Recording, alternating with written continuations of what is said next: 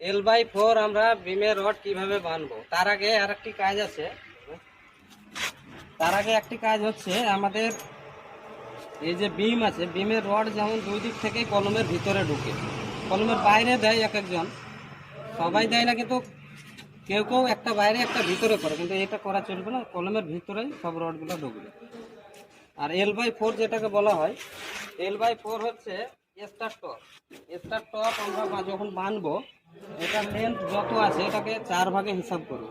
4 ভাগে হিসাব করে এক ভাগ উপরে পড়বে, ওই সাইডে এক ভাগ।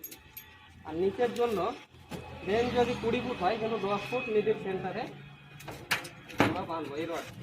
এই রডটা বাঁধার সময় কিন্তু অবশ্যই লেয়ার দিয়ে বাঁধতে হবে। এটা কেউ লেয়ার বলে, কেউ ভার্টিক্যাল বলে, এটাকে বাঁধতে হবে।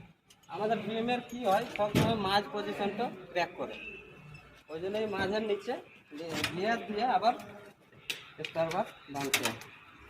আর রিংয়ে অবশ্যই হুক মারতে হবে, এরকম যেমন হুক মারা আছে সবগুলো, এই হুকটা মারতে হবে। আর স্টার তো সবসময় এরকম।